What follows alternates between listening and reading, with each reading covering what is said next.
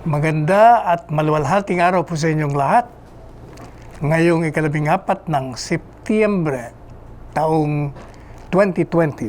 Kagaya ng nakaugalian po natin, papaalalahanin po natin kayo, galang pinapaalala ni Presidente sa tuwi-tuwi na tayo ay magsuot ng face mask at face shield kung tayo po ay nasa labas for our essentials, at saka kung tayo po ay nasa mga mall, nasa palengke, basta nasa labas tayo ng bahay. Sa loob po ng bahay, pwede rin kayo mag-mask. Kung marami kayo doon at palaging naglalabasan yung mga nasa inyong tahanan. At pagdating naman po sa social distancing, panatilihin niyo po yung 6 feet o 2 metrong distansya pag kayo nasa kalsada o nasa labas ng inyong tahanan. Kahapon po ay inihatid na sa huling hantungan ang nasirang Maria Azucena Vera Perez Maceda na kinagigiliwang tawaging Manay Itcho ng nasa movie industry at ng lahat ng kanyang mga kaibigan. At ng kanyang mga apo naman, ang tawag sa kanya ay Tuto. Ang tawag naman sa kanyang mga apo ay Apoyaps. Apohaps? Kakatuwa, no? Kahapon po ay nagkaroon ng mass officiated by Bishop Sok Villegas mga apelyido nila, Villegas. Kahapon po ng 2:00 ng hapon. And before that, nagkaroon po ng mga eulogies, yung mga nasa movie industry at pati na yung kanilang mga anak. Anak po ni Manay Itcho na kabiyak naman ang nasirang Senador Ernesto Maceda, na sila Emmanuel, Manny, Ernesto Jr., Ernest, si Erwin, si Edwin at si Edward na kongresista ng ika-4 na distrito ng Maynila. Ganon din po yung kanyang mga kapatid, si Manay Gina Di Venecia, nakabiyak naman ng dating speaker ng Kamara de Representante si Joe Di Venecia. Georgina or Gina, si Elizabeth or si Betchay, Asuncion or si Chona, at yung kaibigan nating Gregorio na si Pepito na sumakabilang buhay na rin po ilang taon na nakakalipas. At ang kanilang mga asawa at mga kamag-anak ay nandun lahat. At kahapon, bago po hinatid sa Manila Memorial Park, ay nakausap po ni Presidente si Ernest, yung pangalawang anak ni Manay Itcho, na dating dean ng pamantasan ng lungsod ng Maynila at naging presidente ng Universidad de Manila. Siya po ay kolumnista ngayon sa Philippine Star. Kausap po silang dalawa just after the mass sa pamamagitan ng telepono. At tuwan-tuwa si Ernest, pati na yung kanyang mga kamag-anak dahil nagbigay ng panahon si Presidente na ipahatid sa kanila ang kanyang pakikidalamhati. Sabi nga ni Dean Ernest, naging din ito ng pamantasan ng lungsod ng Maynila kung saan tayo nagturo ng law. He was dean at the time. Hindi lang daw po peremptory yung greeting o pagbibigay ng sharing ng grief, kundi matagal po sila nag-usap sa telepono. Ito na yun, nagulat siya. Hindi niya alam na si Presidente yung kaula niya nung binigay ko yung telepono sa kanya. At maganda po yung naging pagkatid sa kanya sa huling hantungan sapagkat yung pong usual na pagbibigay ng mga anong tawag doon? Butterflies. O kung hindi naman butterflies, kaya nung kilaletitan, birds, mga doves. Ito naman mga butterflies na pinalipad. And believe it or not, yung pong mga butterflies siguro mga 7, 8. Dumapo lahat sa kamay ni Manang Gina de Venecia. At para sa kanya, ito ay yung kanyang mga magulang na sumakabilang buhay na, kasama na yung kanyang anak, si Casey, pati na yung kanyang kapatid. At para sa kanya, yun daw yung sinyal na siya na ngayon ang magiging matriarch ng pamilyang Vera Perez. At nagpapasalamat po, pinapaabot sa inyo ang kanilang mga pasasalamat. Doon po sa mga nakiramay, nakidalamhati sa kanila sa pagpanaw ng kanilang amang si Manay Icho Vera Perez Maceda. Siya po ay personal kong naging kaibigan.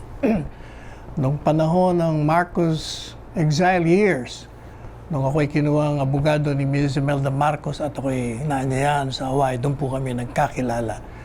At sabi ko nga sa kanyang mga anak, nagkasundo kami ng mami nyo, apart from gaya ng mga lahat ng sinasabi ng kanyang mga kaibigan na nagbigay ng tribute. Napakabait, caring, stricto, at sabi ko sa kanila, intellectual ang nanay nyo.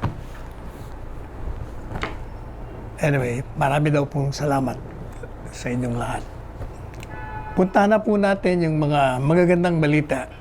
Finally, yung pong Bayanihan 2 ay pinirmahan na ni Presidente Duterte. At ito ay para tugunan yung pong pagtugon ng ating bansa sa pandemyang coronavirus. Tanong, ilan ba yan? Magkano ba yan? Malaki po ito. 165 billion pesos. At yung 140 billion po doon, yung regular appropriations, yung additional standby, ay 25.5 billion pesos. At sa ilalim ng Bayanihan 2, yung pong 3 billion pesos ay nakalaan para sa pagbili ng mga PPE o personal protective equipments, face masks, face shields. At yung pong 4.5 billion naman ay para sa pag-construct ng mga pansamantalang medical isolation sa quarantine facilities at yung pagpapalawak, expansion ng ating mga government hospitals, yung mga kakayahan, yung capacity po para makatanggap ng maraming pasyente. Samantalang yung 13.5 billion pesos naman ay para sa madalian or emergency employment and compensation ng ating health workers. Yung pong 4.5 billion ay gagamitin nyo sa mga isolation facilities, kasama na rin yung hotel accommodations, yung food, transportation ng COVID-19 patients, at yung 5 bilyong piso ay para sa pag-hire ng mga contract tracers po. Yung 13 billion pesos naman will be allocated para dun sa Cash for Work program, at yung 9.5 billion ay assistance to public utility drivers and other programs of the Transportation Department. Yung pong 6 na bilyong piso ay para sa mga individuals in crisis. At yung iba pang programa ng Social Welfare Department. Yung 4 na bilyong piso naman ay para sa tourism industry. And the other 4 billion pesos ay para sa programa sa edukasyon, yung pong implementasyon ng digital learning. Samantala, yung pong IITF ay pinayagan na ang mga hotel under general community quarantine na pwede nang tumanggap ng mga guests. Aside from yung pong dati ng health workers at yung mga exempted employees, yung mga dati ng regular na mga guests ng hotel. This time, pwede na po na tumanggap ng mga guests at minimum overnight. So, pwede na. Yun nga ang nirereklamo ng marami. Apart from that, nakikiusap nga sila eh. I hope IATF ay makinig. Yun daw pong mga malalaking hotel, kung po pwedeng payagan na silang magkaroon ng mga gatherings. Kasi sa ngayon bawal. Kung hindi tayo nagkakamali, sa mga party, mga 50 lamang ba? Less than 50. Pero sabi nila, depende sa lugar. Kasi kung ang lugar naman daw nila is para sa 1,000 guests, bakit nga naman ililimit mo sa 50? May sentido common nga naman doon. Kasi kung ang ating iniisip ay yung kaligtasan at kalusugan at yung protocols, kayang-kaya. Sa 1,000, pwede mo ipasok doon mga 300 hanggang 500. At safe pa rin. Ay sabi ko naman sa kanila, gumawa kasi kayo ng position paper, yung mga hotels, para makaabot sa IATF at mapag-usapan. So, magandang balita yun sa mga gustong mag-check-in, dati na kayo nag-check-in, o yung mga dumating galing sa ibang bansa. At ito'y makakatulong din naman sa ating pag-jumpstart sa economy. Sabi po nung tagapagsalita ng Hotel Sales and Marketing Association na si Christine Ibarreta, wini-welcome daw nila ito. Magandang development.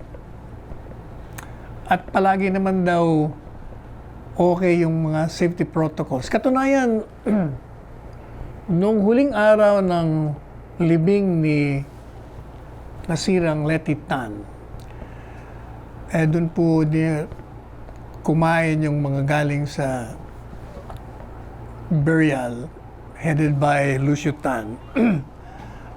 At yung pong Hyatt Grand Hotel, talagang nakita po natin, personal ko nakita kung paano yung safety protocols doon. Papasok ka pa lang, ang dami na kagad ng mga, meron nakaabang na doon, kukunin yung temperature, nandun yung alcohol, tapos nandun yung safe distancing, pati yung pagkain, talagang malalayo po kami. Palagay ko naman, ready na yung mga hotel. Samantala, ito magandang balita ito sa mga naghahanap ng pag-usig dun sa mga walang puso, walang kaluluwa, mga walang hiyang mga opisyalis ng gobyerno na pinagsamantalahan pa. Dito galit na galit si Presidente Duterte. Pinagsamantalahan pa yung mga pondo, ayuda para sa mga mahihirap na mga kababayan natin, doon sa mga nawalan ng trabaho, doon sa naghihikahus. Ano po ang magandang balita? Ang magandang balita, yung pong si Ombudsman Sammy Martires, sinuspindi na yung pong 89 na mga barangay kapitan sa buong Pilipinas. Suspendido po sila ng 6 na buwan kaugnay sa mga anomalya involving dun po sa pagpapatupad ng first tranche ng Social Amelioration Program or SAP. Pinasalamatan po ni DILG Secretary Ed Anyo si Ombudsman Sammy Martires sa madaliang pagtugon at pag-aksyon sa mga reklamong inihain ng DILG laban dito sa mga mapagsamantalang barangay kapitan at mga iba pang opisyalis ng barangay. At ito sa ngayon kay Sec Anyo ay magsisilbing mainit, matigas na babala sa lahat ng mga local government units na gumagawa ng mali sa parte nila at hindi ito itotolerate ng DILG. Samantala, ilang sandali pong paalala na manggagaling sa ating istasyon. Babalikan po natin ngayon.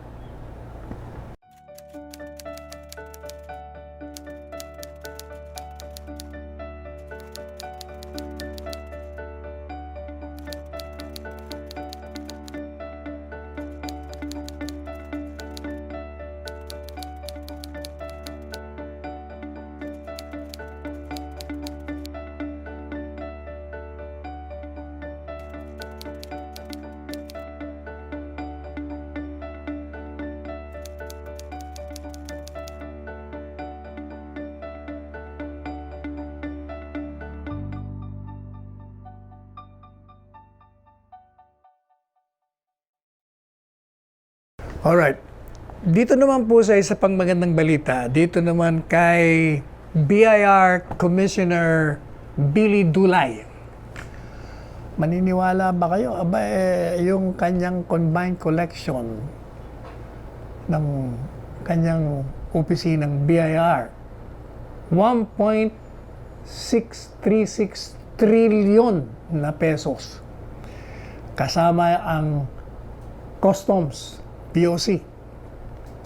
Doon po sa 8 buwan ngayong taon na ito, nilampasan yung pong target nilang 1.527. Yung po ang target na 1.527 for this year.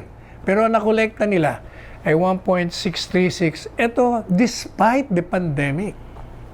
In other words, umakit pa ng by 7.17%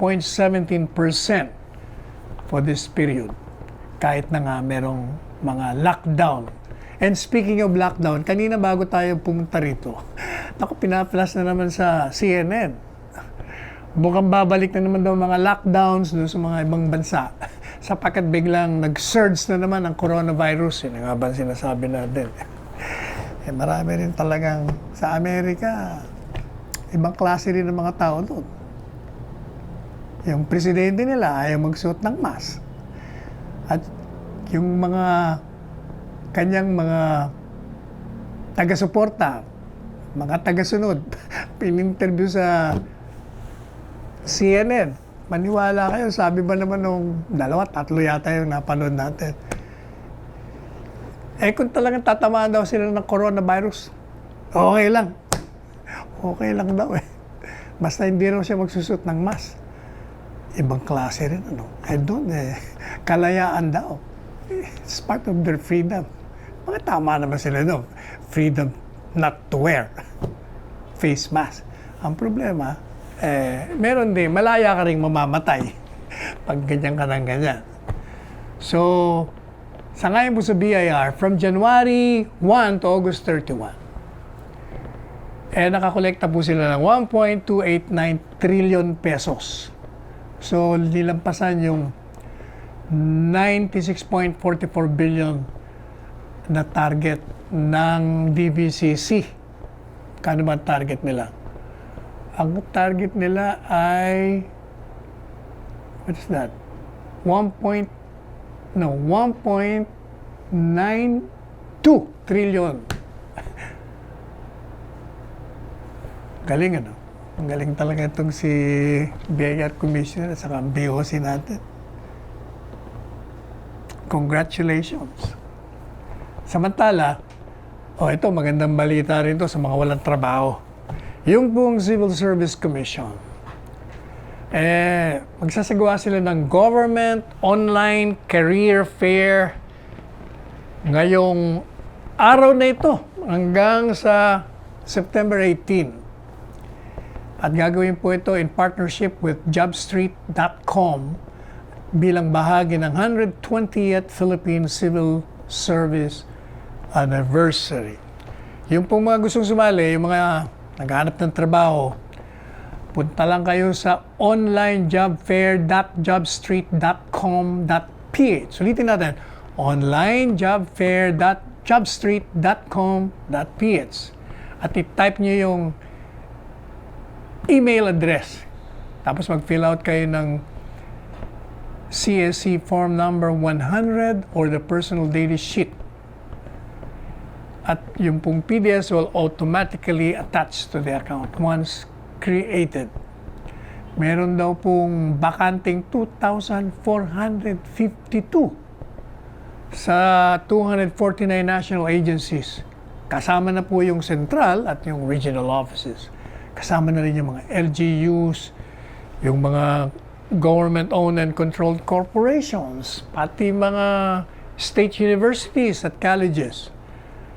Tingnan nyo po yung website ng CSC, Civil Service Commission, www.csc.gov.ph/career para dun po sa mga bakante. Mag-unahan na kayo at maraming bakante. At first time basis kung baga, meron kasing definition sa CSC Resolution number 2363. Yung pong mga first-time job seekers daw, entitled dun sa waiver ng fees saka mga charges pagka nag-issue ng kopya ng Certificate of Eligibility. Magandang balita yan. Hindi na kayo gagastos. Samantala, ito naman pong BPO. Ano ba ang BPO? Department of Tourism, DOT. Meron pong binabanggit na in partnership daw with Concentrix Philippines, meron silang ilo-launch. May ni-launch, September 11 pa ito nung Biyernes. Yung pong Virtual Regional Job Fair, ang title Mabuhay, Partnership, Overcoming Adversities Through New Opportunities. And through the partnership, yung pong DOT at Concentrix ay magbubukas ng customer service representatives, technical support representatives, frontline specialists, supervisors, trainers, managers, and others for the human resources and recruitment, finance, IT, and marketing sectors. These are all applicable for on-site and work-from-home setups in the light of the new normal. Yung pong sa regional naman, magbubukas yung fair beginning September 22, 24, 29, and October 1 for Luzon Cluster. September 17 and 18 naman, October 1 sa Visayas naman, at sa Mindanao, September 15 and 16.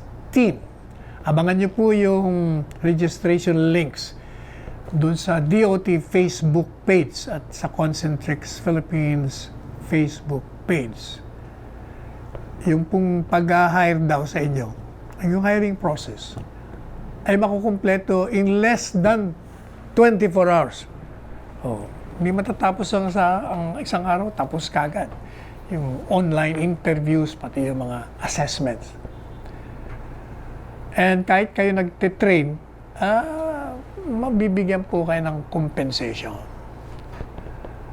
Meanwhile, ito namang si Senador Manny Pacquiao, meron daw pong ini-sponsor at siya, in other words, siya yung gagastos ng operations ng 13 channel na gagamitin ng gobyerno para sa distance learning.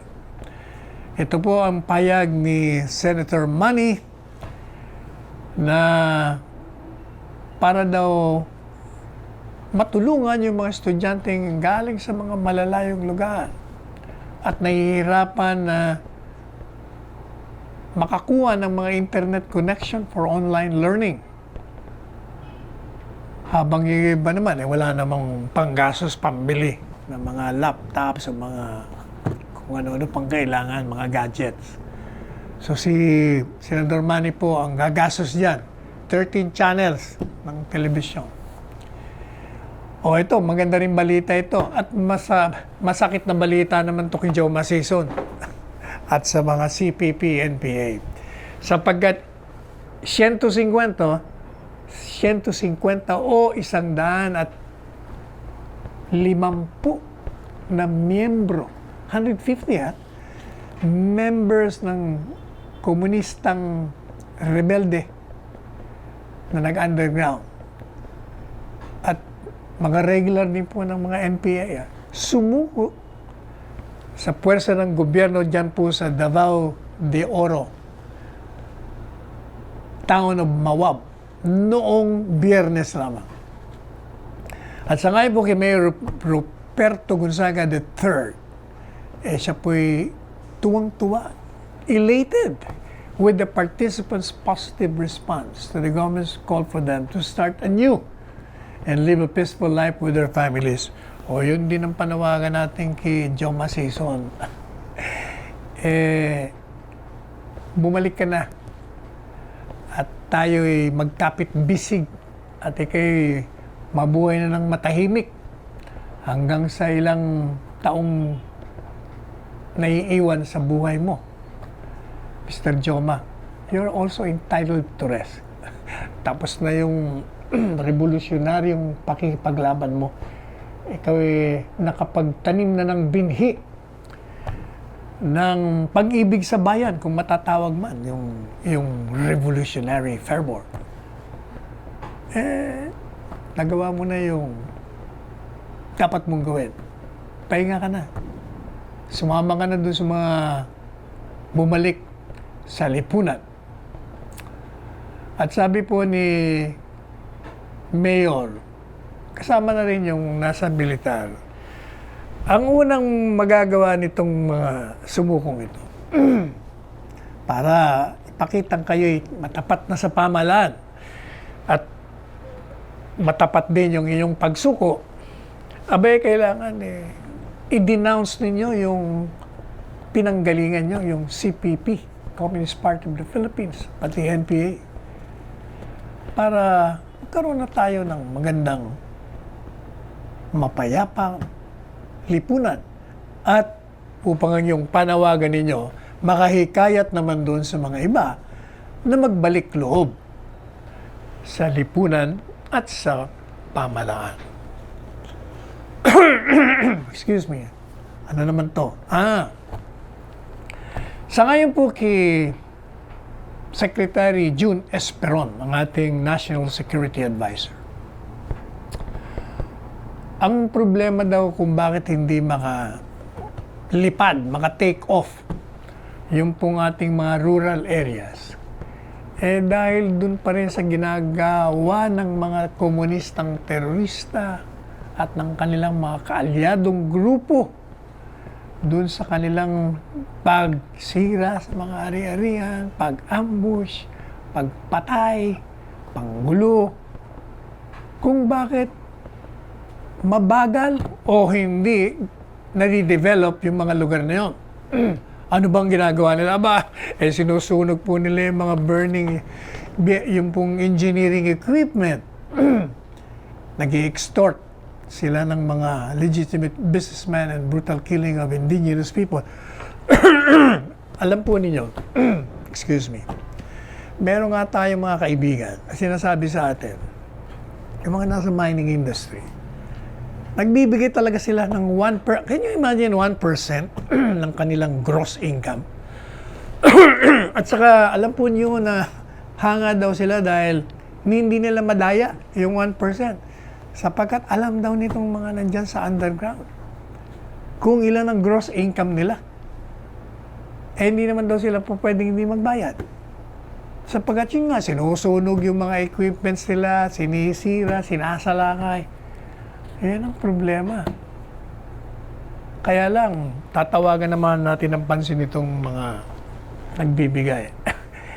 Baka kayo mapasok sa ATA. Sapagkat kung kayo tumutulong sa mga terorista, papasok kayo doon sa batas na yon. Kaya kung ako kayo, mag-ingat kayo.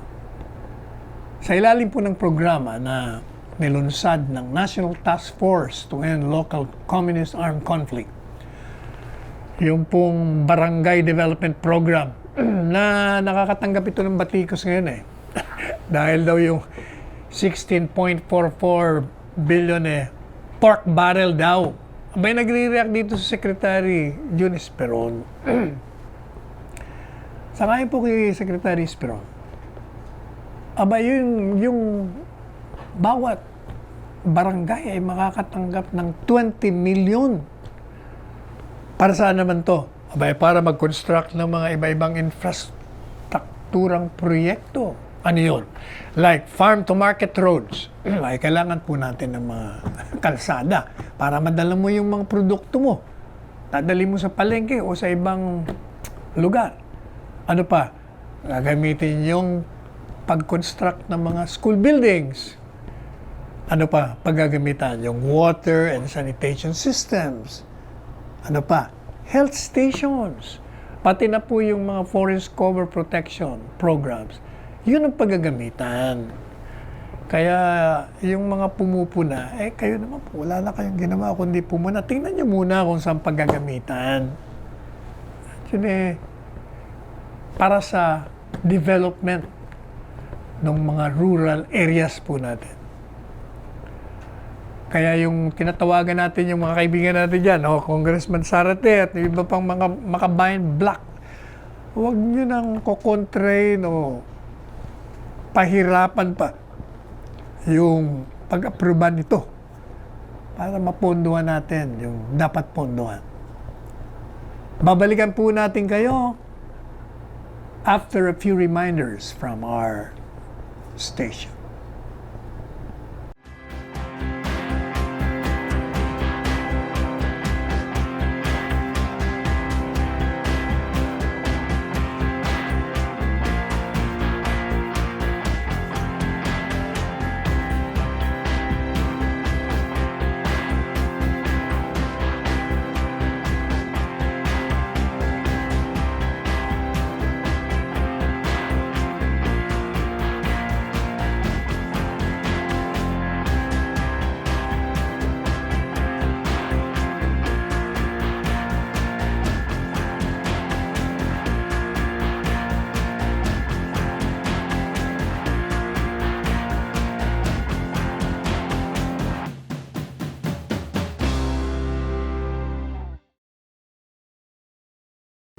Okay.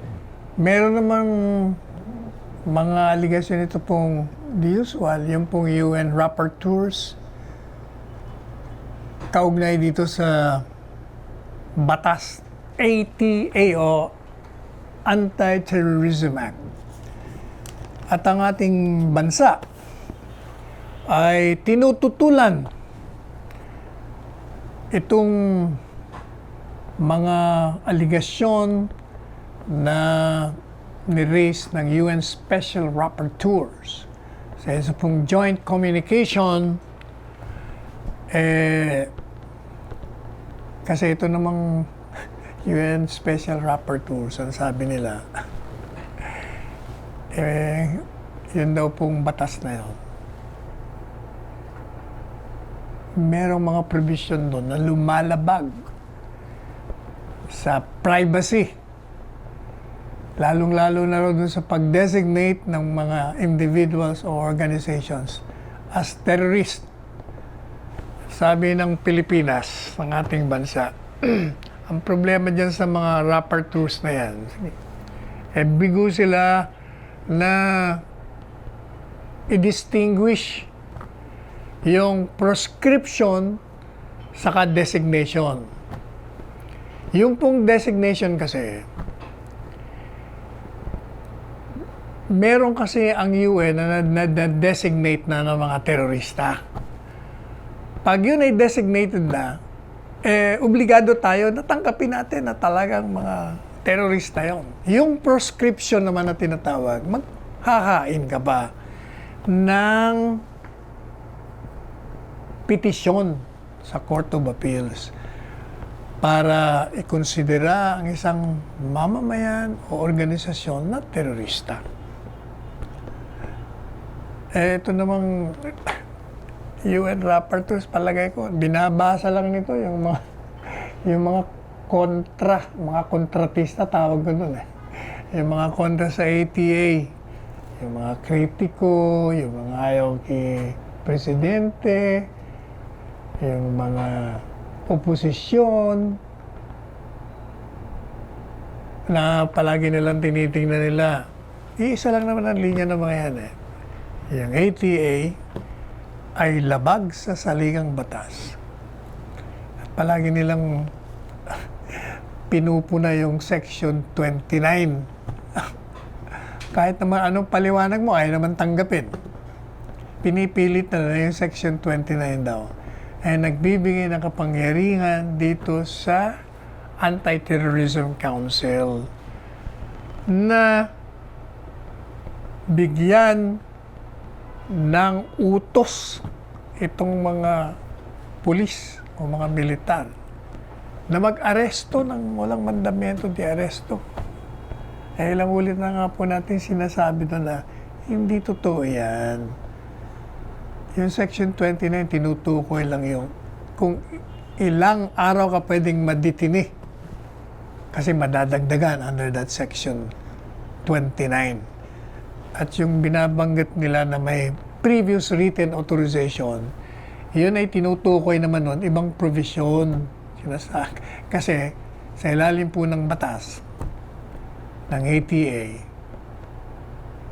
bago ka mga surveillance, bago ka makatiktik, bago ka mag-record, na bawal po yun eh.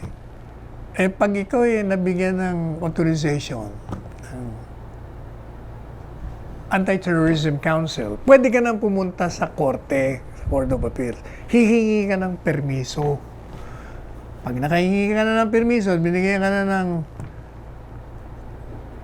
approval ng korte, o pwede mo nang tiktikan yan, mga sinasabi mong pinagdududaan mo, terrorist. O edi syempre, pag natiktikan mo na yan at nakita mo yung mga gawain na laban sa batas, o edi syempre may ebidensya ka na. May probable cause ka na. Eh, hindi po ba sinasabi natin, under Rule 113, eh pwedeng manghuli ng walang mandamiento de aresto kung may ginagawang krimen sa harap mo o meron kang personal na paniniwala na may ginagawa nga siya. Eh kung nabigyan ka na ng surveillance permission ng hukuman, o edi marami ka na makakalap na ebidensya, o di pwede mo nang arestuin yun. Yung buwan tinutuko yung previous written authorization na yun. Kaya, under Section 29, nandun na na-aresto na under previous provision. Pinag-uusapan na ngayon doon, hanggang ilang araw ka bang madiditini? Kung pwede kang hanggang 24 o hanggang dadagdagan pa. Yun eh. Pangalawa, palagay ko tayo po ang unang nagsabi bago pa sinabi ng iba na maraming remedyo doon. Anong remedyo? You can file a petition for a writ of habeas corpus, petition for a writ of amparo. Pwede ka pa nga mag-file ng petition for bail pag na-aresto ka kahit wala pang demanda eh. Oh, yun ang sinasabi ng ating pamahalaan ngayon. At tandaan ninyo, napakahirap nga yung batas na yun eh. Ang daming requirements. Pag na-aresto mo, kailangan mo pang paalam dun sa pinakamalapit na hukuman. Tapos bibigyan ka pa ng katakot-takot na detalye dun sa hukuman na yun. At pag nakakulong, nako, meron pang logbook dun. Kailangan i-record mo lahat. Kailan na-aresto yan, anong kalakaran. Pagkatapos, kailangan nandun ang pangalan ng pamilya, pangalan ng doktor niya, pangalan ng abogado, ng kamag-anak. At pag inalis mo pa yun dun sa kulungan niya, ilalagay mo pa rin yun, susulat mo pa rin yun. At meron yung mga tao na pwede lang na kumausap sa kanya. May karapatan siya ng abogado at doktor. Pag yun po nilabag ninyo, aba, demanda kulong. Kulong. Kaya sabi nga natin kung ako naman yung ahente, ng militar o pulis, ba't ko naman gagawin yun? Ba't naman ako magpapakulong? Lalabagin ko yung requirements ng batas. Sa madalit sabi, maliban pa doon, yung mga nireklamo ng UN rapporteurs, nakakalimutan nila, mga taga-UN kayo, pero hindi nyo alam yung sarili nyong batas.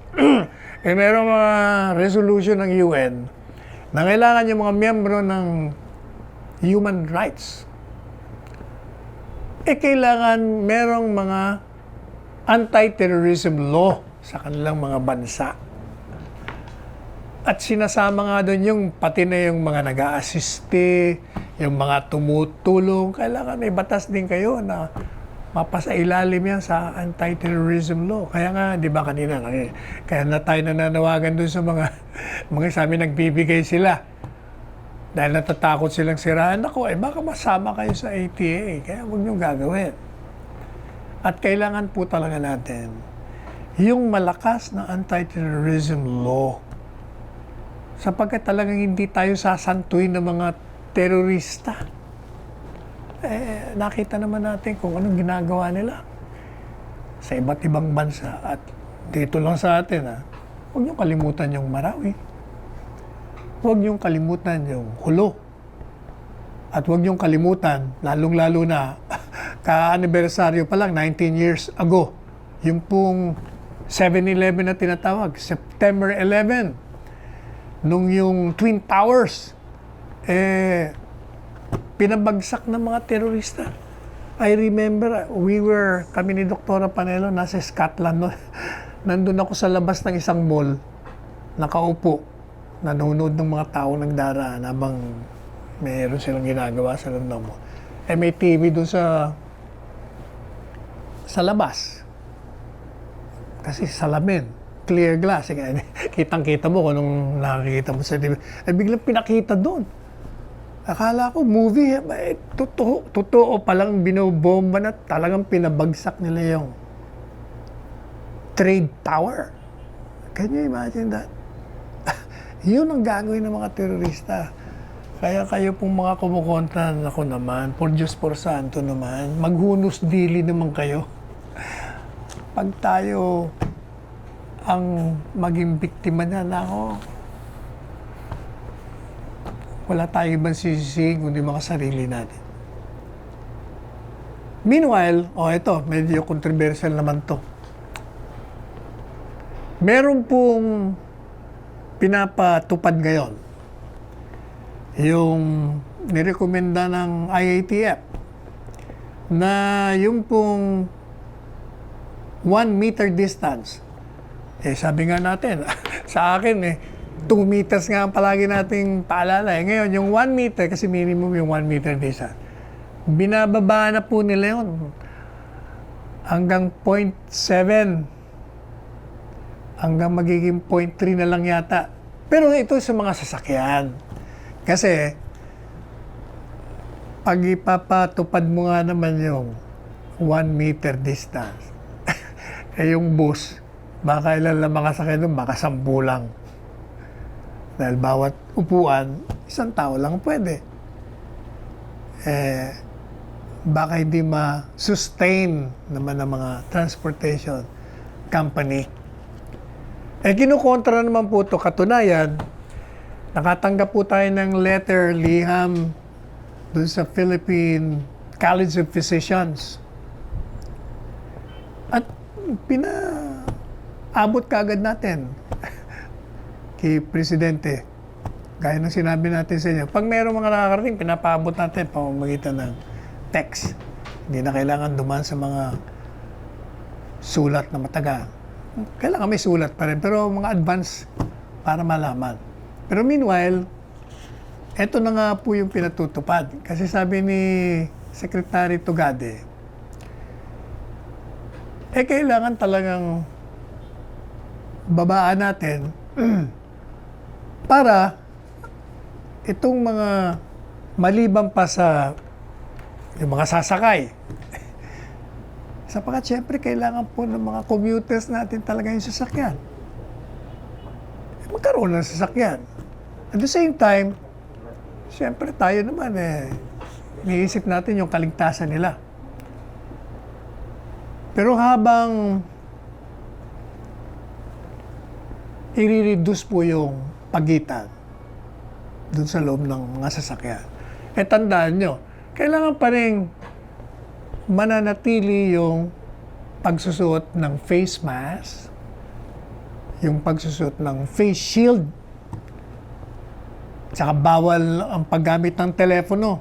Kasi pag gumamit ka ng telepono, siyempre, karamihan, tinatanggal yung kanilang mga mask. Iba naman, umuubo, kaya umiinom ng soft drinks o ano, kaya bawal yun. Kung baga, we have to balance. Pero tingnan natin, nagre-react yung mga doktor Sabi niya, baka na naman mamaya yan. Bigla na namang umakyat, mag-surge yung transmission. Pero sa totoo lang, ang naririnig po natin, yung mga research, yung transmission, nanggagaling, karamihan ngayon sa bahay. Yan ang problema natin. Marami po tayong personal na kaibigan na matay dahil nadala ng katulong o kaya ng driver yung coronavirus sa kanilang bahay. Kasi sila ang lumalabas palagi, sila ang namimili. Kaya yung mga may underlying illnesses na mga amo nila, yun ang nakakawa. Ang isa pa pong pinanggagalingan yan, yun daw pong mga security guards. Dahil siyempre, sila ang mga nagbabantay Pag uwi nila sa kanilang mga tahanan, ayun, sila rin ang magdadala ng virus pag sila tinamaan. So, ayun nga ang problema. Pero, gaya po ng sinabi natin, hindi naman po pwedeng forever tayong matakot. We have to live with it, but consciously, we have to take care of ourselves and our neighbors. Talagang kailangan lang maingat.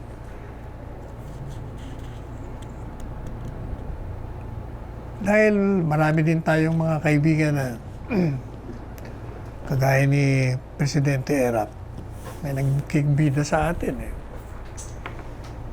Meron din daw mga katulong o staff na nagka-coronavirus. Pero si Presidente Erap, saka si Doktora, negative sa COVID. Maingat siguro. Otherwise, sana nadali na rin sila. Ay, kung palagi ka nakamas, o naka-face shield, kahit nasa loob ka ng bahay, kung marami kayo dyan, hindi ka rin dadapuhan. Samantalang, yun ang ilang taon na ba yung mga yun? 80 mahigit na. So, vulnerable na sila. Kaya kailangan talaga balansihin natin. Maging palagi tayong maingat. Okay naman yung lumabas kung kailangan. Pero manatili po tayong palaging naka-face mask, naka-face shield. Huwag tayong magdudura. Kung meron tayong sipon, na tayong lumabas. At saka talaga importante yung distansya. Kasi hindi ba sinasabi nila nasa aire daw yung virus Kaya nga po yung face shield talaga. Ang trabaho talaga po ng face shield para sa mata. Para matakpan yung mata natin. Kaya nga ganito yung kalapad Para yung hangin makover yung mata natin. Kasi kung naka-face mask ka, ilong lang saka bibig. Ang kahalaga nun. Ang tandaan nyo, mahirap po ang mamatay sa coronavirus. Kung hindi nyo pa alam. Unang-una, pag nagkasakit, hindi natin mapuntahan. Yung may sakit nating kaibigan o kamag-anak, bawal. Hindi mo mabibisita yon. At pag yun ay namatay pa, lalong problema. Hindi walang burol doon. I-cremate po natin yun. Kaya, kung maaari lang, wag na ho tayong magpatumpik-tumpik, wag tayong complacent. Gawin natin yung mga patakaran. O may nagkukorek sa atin sa text. Hindi raw 7-11. 7-11 ba sinabi ko? 9-11, September 11. September 11 ang ibig sabihin. Yung sa World Trade. Anyway, meron pa tayong ilang minuto. Punta natin tong South China Sea. Sa ngayon po kay Presidente Rodrigo Duterte, binigyan niya ng importansya at diniin ang kahalagahan ng pagsunod sa batas internasyonal o international law sa ating pag-resolve ng mga hindi pagkakaunawaan o alitan dyan sa South China Sea. At ito po ay pinahatid niya sa pagdalaw naman po ng Chinese State Councilor and Defense Minister na si General Wei Fenghe dyan sa Malacanang noong Biyernes. At sabi po ni Presidente, kailangan talaga magkaroon tayo ng epektibo at masustansyang Code of Conduct in the China Sea. As he noted its strategic importance where navigational and other freedoms under international law are guaranteed. Kailangan talaga may code of conduct kung kailan at saan at pwedeng gamitin. Dahil sa totoo lang, lahat naman dapat talaga pwedeng dumaan. Kung maintindihan ng mga ibang bansa, bakit ayaw nila? Wala naman sasalakay din sa kanila. Anyway, gusto po nating ibahagi yung, may ilang minuto pa ba tayo? 5 minutes. Hindi. Punta muna natin sandali yung yung walang katapusang pardon. Hanggang ngayon hindi pa natatapos. So, pero doon po sa mga reklamo about the Pemberton, nakaalis na po yung sundalong na convict at nakulong. Sumakay ng military plane noong umaga, kahapon ng umaga. At dahil po siya ay na-deport, makakala nyo, basta lang na-release, na pardon. Hindi. Meron pong consequence ng deportation. Ibig sabihin, pag na-deport ka, kasama ka sa listahan, blacklisted ka na. Forever ka nang hindi makakabalik.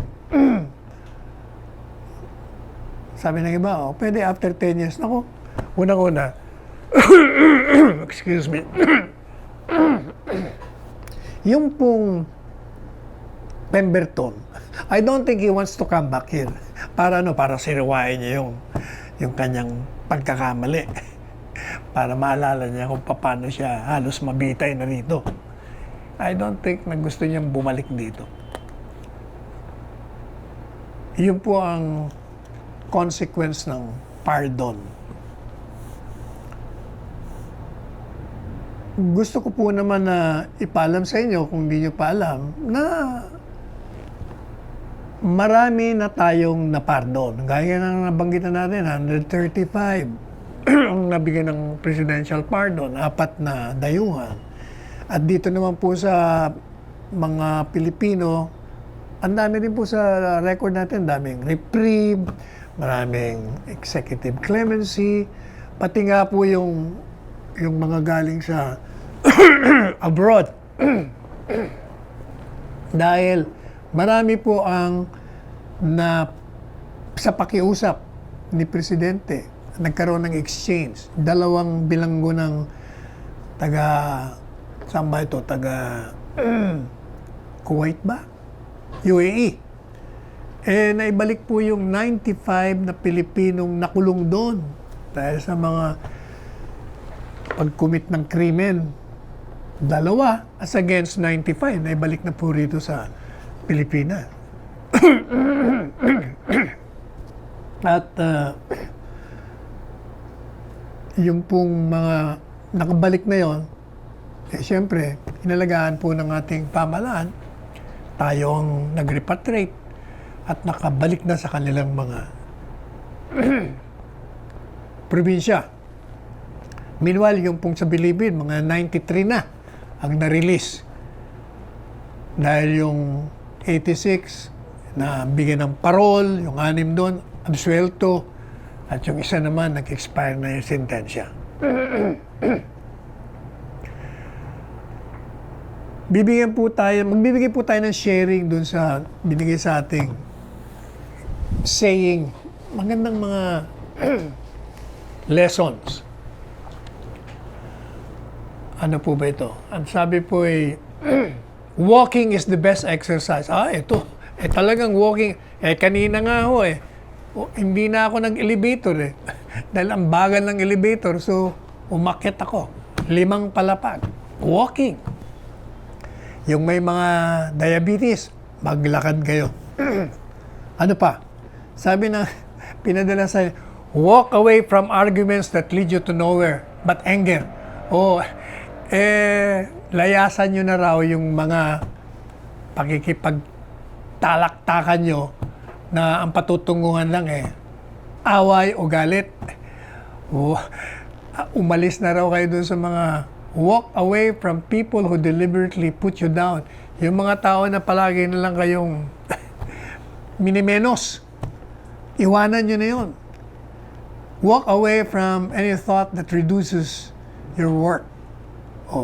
Iwanan nyo na rin yung sarili nyong iniisip na kayo'y walang halaga. Iwanan nyo na rin daw. Walk away from failures and fears that stifle your dreams. Layuan nyo raw yung mga kabiguan at mga takot ninyo na mga kasira sa inyong mga pangarap. Kasi daw, the more you walk away from things that poison your soul, the happier your life would be. Mas madalas ko kayong lumayo sa mga ganitong binanggit natin kanina na nakakasira, na nakakalason sa kaluluwa nyo, mas magandang magiging maligaya ang buhay ninyo. Kaya, walk towards the happiness, practice social distancing. Kaya lumakad po daw tayo papunta sa kaligayahan. Ito po ang inyong lingkod, bayan. Salvador Panelo, pansamantalang nagpapaalam hanggang sa Miyerkules na muli 2:00 hanggang 3:00 ng hapon at nagsasabing, let us tread the path of roses and let us go beyond the path of thorns.